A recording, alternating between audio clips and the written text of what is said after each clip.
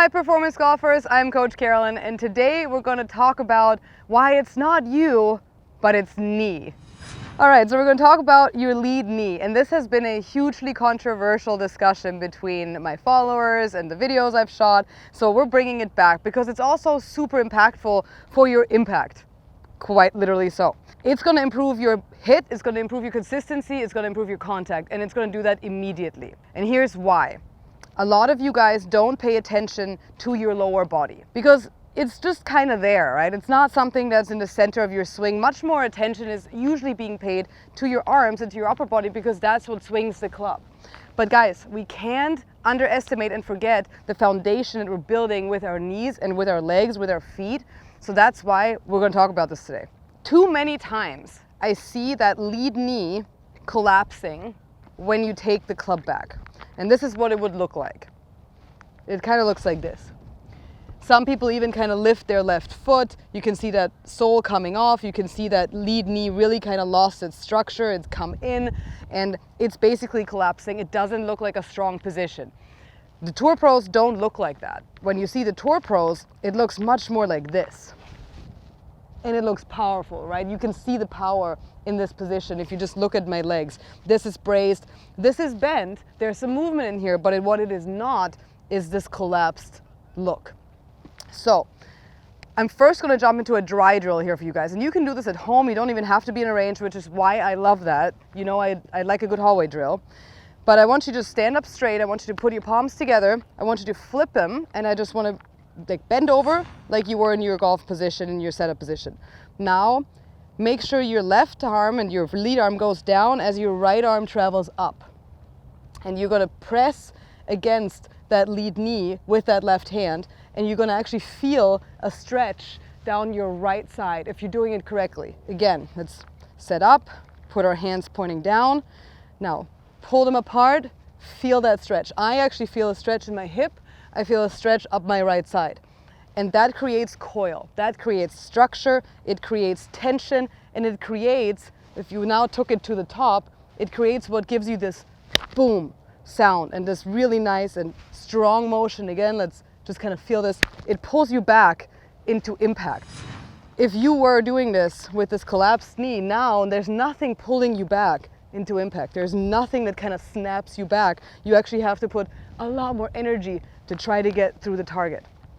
So that's why it's super important for you guys to feel that lead knee pushing this way. Hey guys, if you're watching today's video and you enjoy the tips, but you really want to take your game to a whole nother level, my friends here at Performance Golf are hosting beautiful 2-day immersive golf schools with the best golf coaches in the world all around the United States.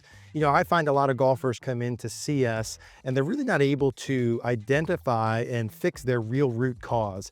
And usually there's like 4 or 5 main swing issues we have, but finding the real one main root flaw that can domino effect and fix all the rest of the pieces is really the thing that makes or breaks someone's improvement. So if you want to make like 1 or 2 years worth of improvements in 2 days, I highly recommend you check out my friends at Performance Golf, these golf schools down below. Click the link down there, see if there's still a spot left in a location that works for you. It could be the thing that transforms your game. Look forward to having an awesome experience. So if you're on the range next time and you're hitting balls, make sure you put an alignment stick on the outside of your left foot. I kind of like putting it right where my heel is. Shove it into the ground. Here you go. So it touches your calf.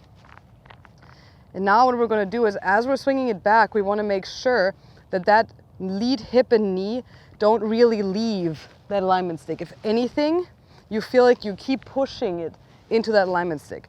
As you're at the top of your swing, it's going to come off, and that's okay. But I want you to still feel like you're pushing it towards that alignment stick. You're pushing it towards that target. What we don't want to feel is like you're just collapsing.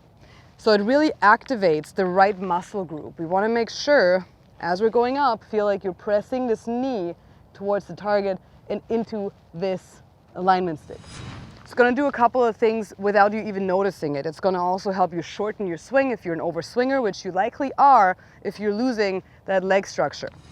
And as we talked about, it's going to pull you back into impact much more naturally. It's going to shorten your swing. It's going to increase the quality of your contact just so simply. And I got this on some of my videos my followers were commenting, oh my gosh, this improved my contact instantly. And I know it does. That's why we're here. That's why we're talking about this.